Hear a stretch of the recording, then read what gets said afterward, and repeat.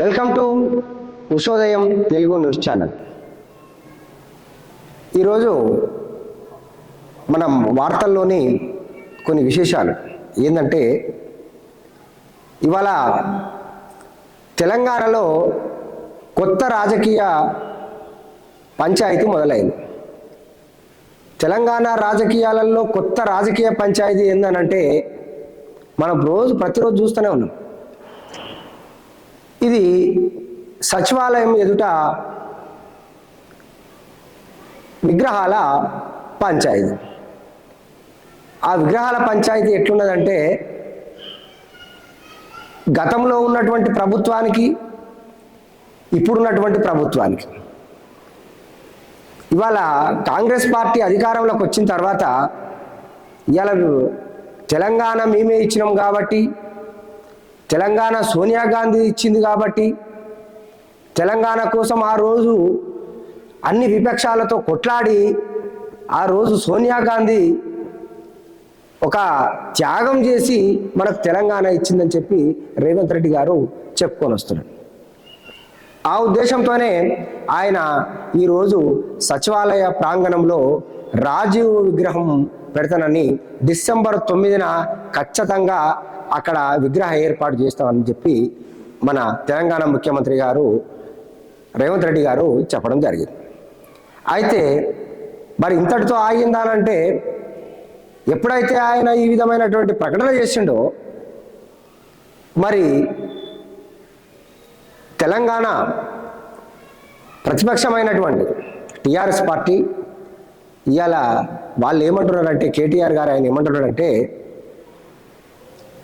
మేము వెట్టి పరిస్థితుల్లో ఆ విగ్రహాన్ని పెట్టనీయం, ఒకవేళ ఆయన పెట్టినా కానీ కూడా రేపు మళ్ళా వచ్చేది మేమే అధికారంలోకి వస్తాం కాబట్టి ఖచ్చితంగా ఆ విగ్రహాన్ని ఇక్కడి నుంచి తొలగిస్తామని ఆయన అంటారు.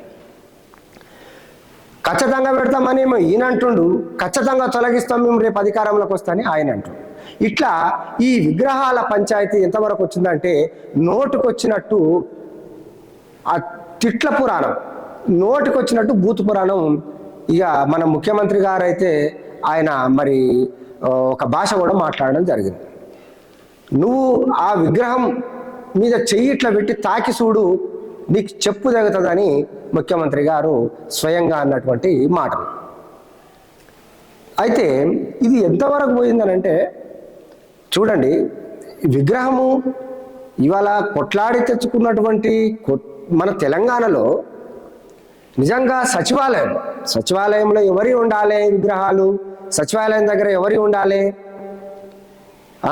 ఇప్పుడు ఈయన ఏమంటాడంటే, నేను ఎంక్వైరీ చేసిన, అసలు రాజీవ్ గాంధీ విగ్రహం ఎందుకు పెట్టొద్దని అంటుండు అంటే, నేను ఎంక్వైరీ చేస్తే నాకు తేలింది ఏంటంటే, పెడితే గిడితే కానీ తెలంగాణ రాష్ట్రం కోసం కొట్లాడి దీక్షలు చేసి పోరాటాలు చేసి మా అయ్య కదా తీసుకొచ్చింది, కేసీఆర్ కదా తీసుకొచ్చింది, పెడితే గిడితే ఆయన విగ్రహం పెట్టాలా కానీ ఈ రాజీవ్ గాంధీ విగ్రహం ఎట్లా పెడతారు ఇల్లు అని చెప్పి ఆయన మాట్లాడిండట. మరి అది ఇందులో నిజం ఎంతుంది అబద్ధం ఎంతుందని ఆయన ఏమంటాడంటే, ఇంకో మాట కూడా గమ్మతైన మాట మాట్లాడాడు.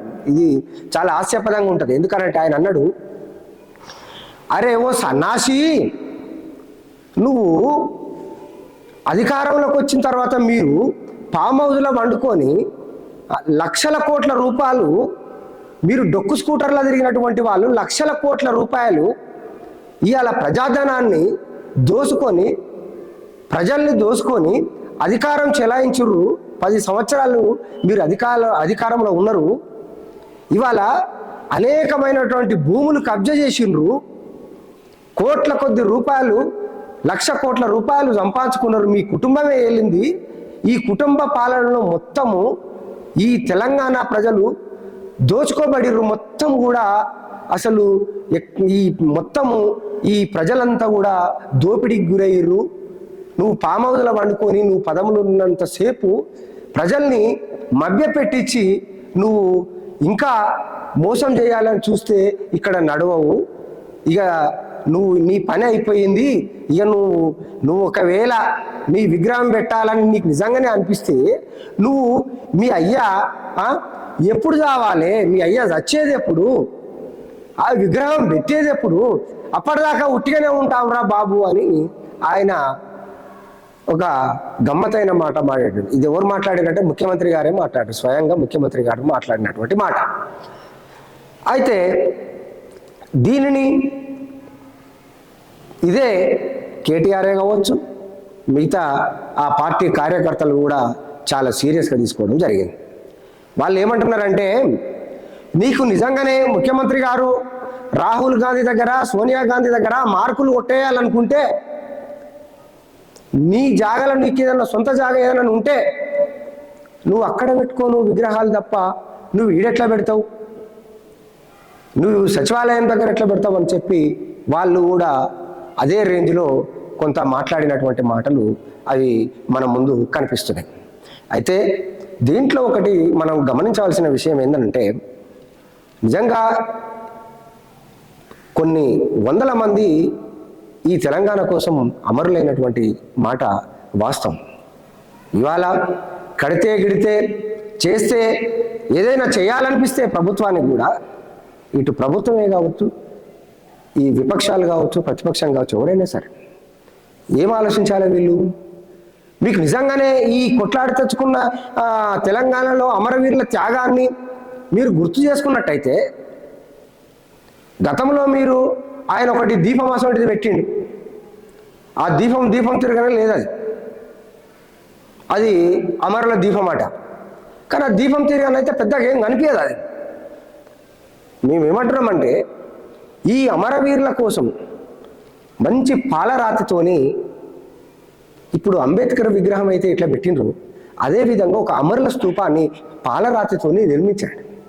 అది అందరికీ కూడా ఆమోగ్యమైనటువంటి విధంగా ఉంటుంది. నేను ఎందుకంటున్నా అంటే, ఇవాళ రాజీవ్ గాంధీ విగ్రహము మీరు అంటున్నారు, రాజీవ్ గాంధీకి తెలంగాణకు ఏం సంబంధం అని. ఈయన ఏమంటున్నాడంటే, మీరు తెలంగాణలో అధికారంలోకి వచ్చిన తర్వాత 10 సంవత్సరాలు దోసుకతినుడే సరిపోయింది మీ కుటుంబం మొత్తం అని ఈయన అంటాడు.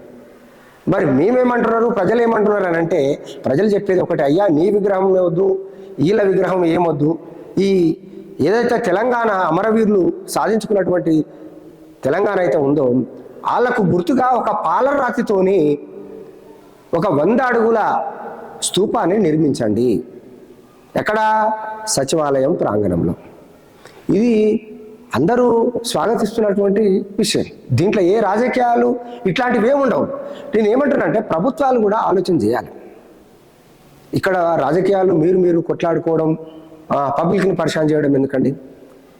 ప్రజలకు ఏదైతే అవసరం ఉంటుందో అది నిర్మించండి. ఇట్లా చెప్పుకుంటూ పోతే చాలా ఉన్నాయి. అట్లనే ఇక మొన్న కూడా నిన్నగాక మొన్న ఒక మాజీ మంత్రి గారు అని అంటారు, అది ఎట్టి పరిస్థితుల మేము పెట్టనీయం, దాన్ని తాకనీయం, అది ఎట్లా పెడతారో మేము కూడా చూస్తాం, దేనికైనా సిద్ధమేమని ఆయన మాట్లాడతారు. అంతే రేంజ్లో ఇక్కడున్న వాళ్ళు కూడా మాట్లాడతారు. మేము ఏమంటున్నామంటే, ఈ విగ్రహాల పంచాయతీ ఇంతటితో ఆపేయండి. ప్రజా సమస్యలు చాలా ఉన్నాయి మాట్లాడాలనుకుంటే, వాటి మీద దృష్టి పెట్టండి. ప్రజలు మీకోసం చాలా ఎదురు చూస్తున్నారు. అందులో ముఖ్యంగా అధికార పార్టీలో ఉన్నటువంటి పెద్దలు ఎవరైతే ఉన్నా కానీ కూడా వాళ్ళని కూడా నేను ఒకటే మాట చెప్తున్నాను, వాళ్ళనందరినీ కూడా మీరు వాళ్ళు ఏమంటున్నారు, దీని మీద ఏ అభిప్రాయం చెప్తారో ఒకసారి ఇప్పటికీ గండ్రాకులో ఉన్నటువంటి స్తూపం అయితేంది, లేకుంటే క్లాక్ టవర్ దగ్గర స్టూడెంట్ వాళ్ళ స్తూపం ఏదైతే ఉందో ఇప్పుడు అది కూడా ఏదైతే క్లాక్ టవర్ దగ్గర సికింద్రాబాద్లో ఉన్నటువంటి ఆ స్తూపం చూడండి, కనీసము అక్కడ ఎట్లాంటి కూడా శుభ్రత లేదు. ఫుట్పాత్ నుంచి దానికి ఎట్లా జాలి గీలి అన్ని మొత్తం ఇరగొట్టి పడేసారు. అంత చరిత్ర కలిగినటువంటి స్తూపానికి రక్షణ లేకుండా పోయింది. ఇది ఎవరు చేయాలి మెయింటెనెన్స్? అక్కడ జిహెచ్ఎంసీ వాళ్ళు కూడా ఎట్లాంటి పట్టించుకోవట్లేదు. మేము మొన్న పోయి కంప్లైంట్ ఇస్తే కానీ నిన్న మొన్న కొంచెం అది శుభ్రత అంటే అక్కడక్కడ తాగి పడేసిన బాటిల్స్ చెత్త చెదారం కాగితాలు అవన్నీ కూడా మేము ఇంతకుముందు గతంలో చూపించినాం మేము. అది రిపోర్ట్ ఇచ్చిన తర్వాత అక్కడ ఉన్న డిప్యూటీ కమిషనర్ ఎవరైతే ఉన్నారో ఆయన కొంచెం శుభ్రం చేయించాం. కానీ ఇంకా జాలి ఇంకేపియలేదు. ఆ చుట్టుముట్టు రౌండ్ అప్ జాలి ఉండాలి. ఆ జాలి లేకపోవడం లేదంటే అక్కడ ఉన్న సికింద్రాబాద్ పరిసర ప్రాంతాల్లో ఉన్నటువంటి చాలా మంది వచ్చేసి అక్కడ పడుకోవడం చేయడం, అంతా గలీజ్గా చేయడం, అక్కడే తినడం, కాగితాలు పారేయడం, ఇట్లా చాలా జరుగుతున్నాయి. అంటే ఒక అమరవీరుల ఆ స్తూపం దగ్గర తాగి పడేసిన బాటిల్స్ ఇట్లాంటి పిచ్చి పిచ్చి అన్ని తీసుకొచ్చి కాగితాలన్నీ ఆడ పడేయడం. అంటే నేను ఎందుకంటున్నా అంటే అక్కడ గన్ పార్క్లో ఉన్నటువంటి స్తూపం అయితేంది, ఇక్కడ క్లాక్ టవర్ దగ్గర ఉన్నటువంటి స్తూపం అయితేంది, ఇవన్నీ కూడా వాస్తవంగా చెప్పాలంటే ఇవి చాలా చిన్నగా ఉన్నటువంటి స్తూపాలు. అదే ఇప్పుడు సచివాలయం చాలా పెద్దగా కట్టుకున్నాం కదా, చరిత్ర అలా ఒక నిలిచిపోయేటట్టు కట్టుకున్నాం కదా. ఈ సచివాలయం దగ్గర రేపటి అమరవీరు, ఇప్పుడు ఏవైతే అమరవీరులు ఉన్నారో ఆ అమరవీరులకు పాలరాతితోని ఒక 100 అడుగుల ఎత్తు నుంచి పాలరాతితోని ఒక అమరుల స్తూపాన్ని కట్టుకోవడంలో తప్పే ఉంది అని అడుగుతున్నాం. అది నిజంగానే మీరు ఇట్లాంటి మంచి అభిప్రాయాల్ని తీసుకోవాలని చెప్పి మా ఉషోదయం టీవీ కూడా ప్రజల తరపున కోరుకుంటూ మరిన్ని విషయాలతో మీ ముందుకు రావడానికి సిద్ధంగా ఉంది. చూస్తూనే ఉండండి ఉషోదయం తెలుగు న్యూస్ ఛానల్. ఇది ఒక సామాన్యుడి మీడియా. ఇది ఈ ఛానల్ను ఆదరించండి, ఆశీర్వదించండి, చూస్తూనే ఉండండి ఉషోదయం తెలుగు న్యూస్ ఛానల్.